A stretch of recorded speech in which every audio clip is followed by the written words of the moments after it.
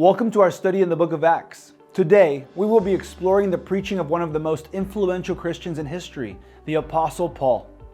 In the 17th chapter of the book of Acts, we read that Paul proclaims Jesus as Christ in the synagogue of Thessalonica. Although some Jews, God-fearing Greeks, and leading women joined Paul and Silas, those Jews who are resistant to his message become jealous. They stir a raging mob against them and upset the whole city with their antics. The local magistrates get involved. The Thessalonian Christians send Paul and Silas away to Berea. Acts 17:11-12 says of the Bereans, "Now these were more noble-minded than those in Thessalonica, for they received the word with great eagerness, examining the scriptures daily to see whether these things were so.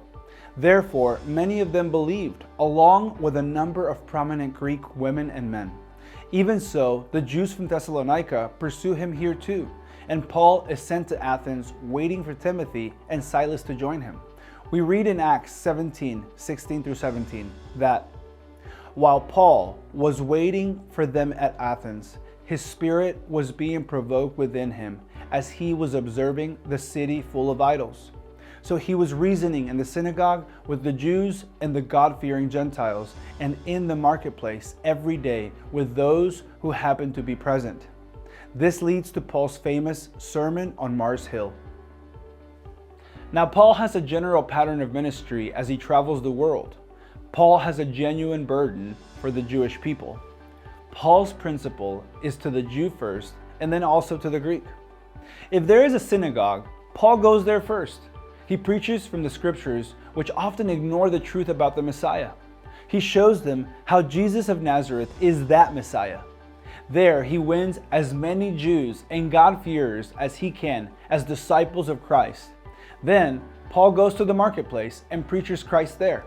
Now, we are told that the Athenians are philosophical types.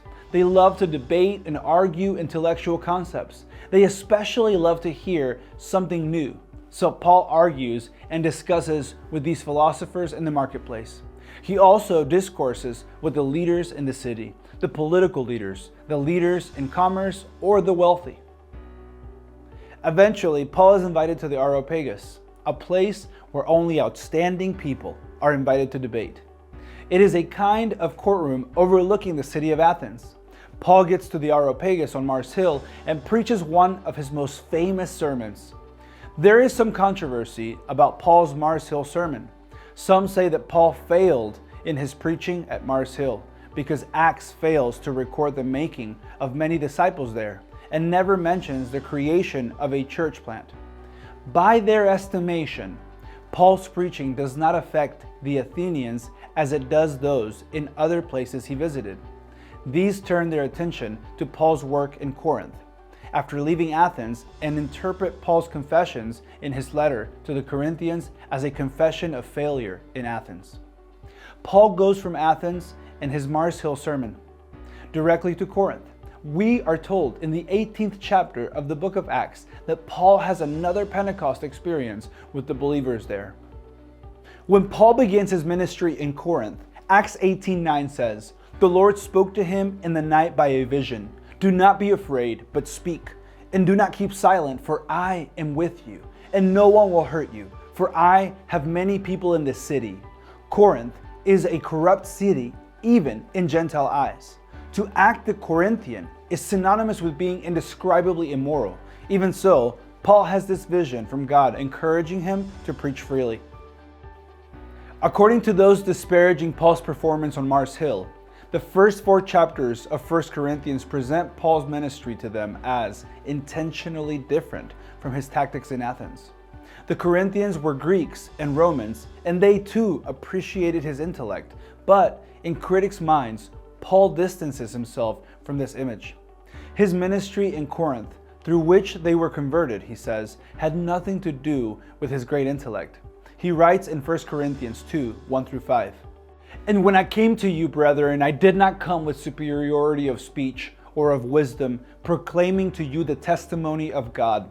For I determined to know nothing among you except Jesus Christ and him crucified. I was with you in weakness and in fear and in much trembling. And my message and my preaching were not in persuasive words of wisdom, but in demonstration of the Spirit and of power, so that your faith would not rest on the wisdom of men, but on the power of God. When Paul preached at Athens, he preached a magnificent sermon, critics say, but he used enticing words of man's wisdom.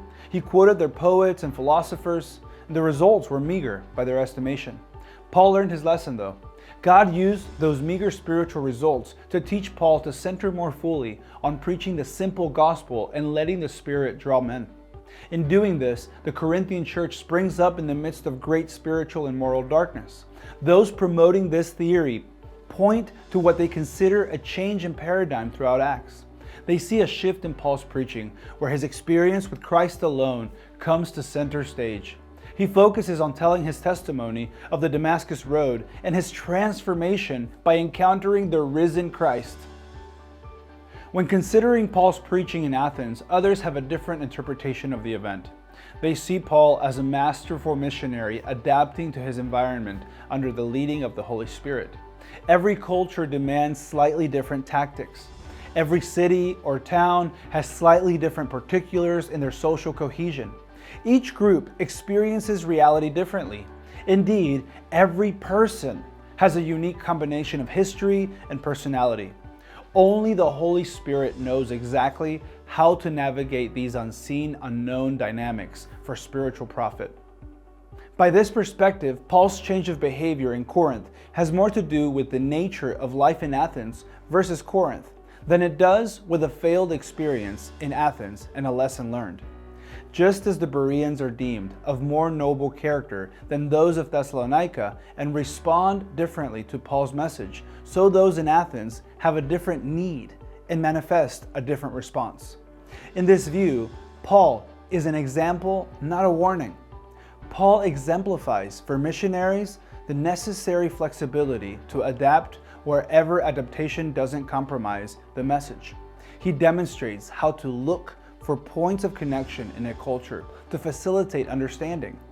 Start with the known and use it to explain the unknown. So what exactly does Paul do in his Mars Hill sermon?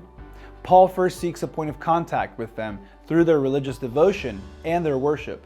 He doesn't insult this group or go for the direct attack, but draws them in by praising what is praiseworthy, their desire for religious devotion, and later, their groping attempts to find God.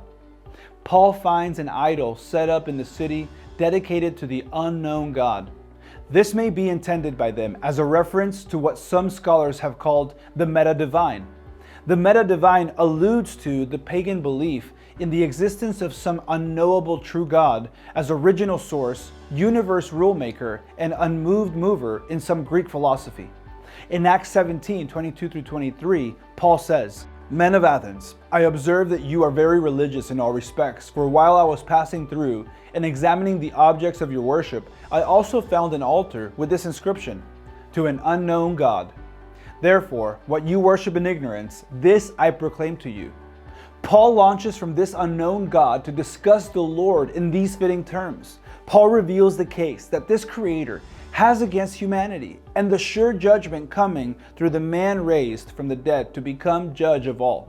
In Acts 17:30, Paul declares, having overlooked the times of ignorance, God is now declaring to men that all people everywhere should repent. In this perspective, Paul is no failure. Nothing in the book of Acts suggests that the author or Paul regards this as a failure. It is highly suspect to suggest that Paul's letter to the Corinthians is the answer to an unstated and unhinted problem in Acts. In this perspective, Paul is a champion missionary, an excellent example to all missionaries, an excellent example for you in your ministry. Meet them where they are at. Find a point of contact and introduce the gospel from there. Avoid unnecessary offense, but follow the leading of the Holy Spirit, for He alone knows exactly what is needed in every situation. Finally, be patient. Some come in radical transformation in a single encounter, but many others come through a long process of awakening, through the ongoing conviction of the Holy Spirit, through repeated exposure to the Word of God. Paul himself failed to respond to many bouts of preaching. He turned only when Christ himself appeared to him. When we turn to Acts 19, we encounter yet another type of experience in Paul's development as a missionary, a long sustained ministry in Ephesus. With Ephesus, Paul is extending his ministry into Asia Minor, and it all begins with another Pentecost-like event. When Paul purposes to go into Asia in chapter 16, the Holy Spirit forbids him to enter this region. The Spirit redirects him first into what is now Europe. In chapter 19, however, he is brought back here and has a fruitful church planting ministry among them. Rabbis often had a trade, so while in Ephesus, it is not surprising to find that Paul works as a tent maker. Except for the Philippian church, Paul does not generally take support from the churches where he ministered, especially from the Gentile people who were not spiritually mature. He teaches that pastors should be supported well by their churches, but as a church planter, Paul goes the extra mile to avoid the accusation of being a traveling charlatan. So, when launching his ministry in Ephesus, rather than take support from the Ephesians, Paul makes tents and teaches. Acts 19, 8-10 records, "He entered the synagogue and continued speaking out boldly for 3 months, reasoning and persuading them about the kingdom of God. But when some were becoming hardened and disobedient, speaking evil of the way before the people, he withdrew from them and took away the disciples, reasoning daily in the school of Tyrannus." This took place for 2 years, so that all who lived in Asia heard the word of the Lord, both Jews and Greeks. This adds meaningful context for Paul's touching farewell sermon in Acts 20. Paul is on his way to Jerusalem because he believes the Spirit is leading him there. The Spirit has told him that when he gets to Jerusalem, he is going to be arrested, bound, and beaten. On his way to Jerusalem, many people tell Paul that they have been told by the Spirit about what is going to face him when he gets to Jerusalem. Paul says to them, "What are you trying to do? Weep and break my heart? Do you not think the Holy Spirit has shown me what is waiting for me when I get to Jerusalem?"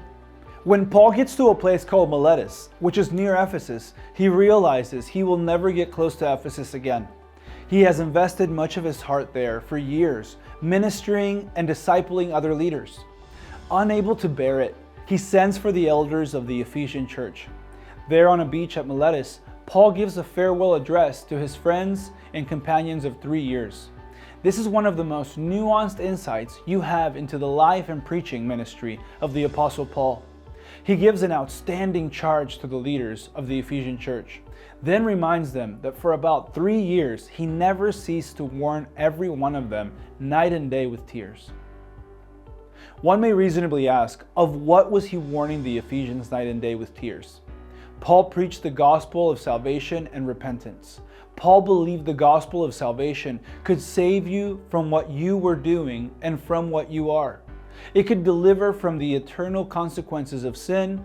The gospel is presented as a threat and a hope, a warning and a promise. Paul's words to these Ephesian elders are beautiful.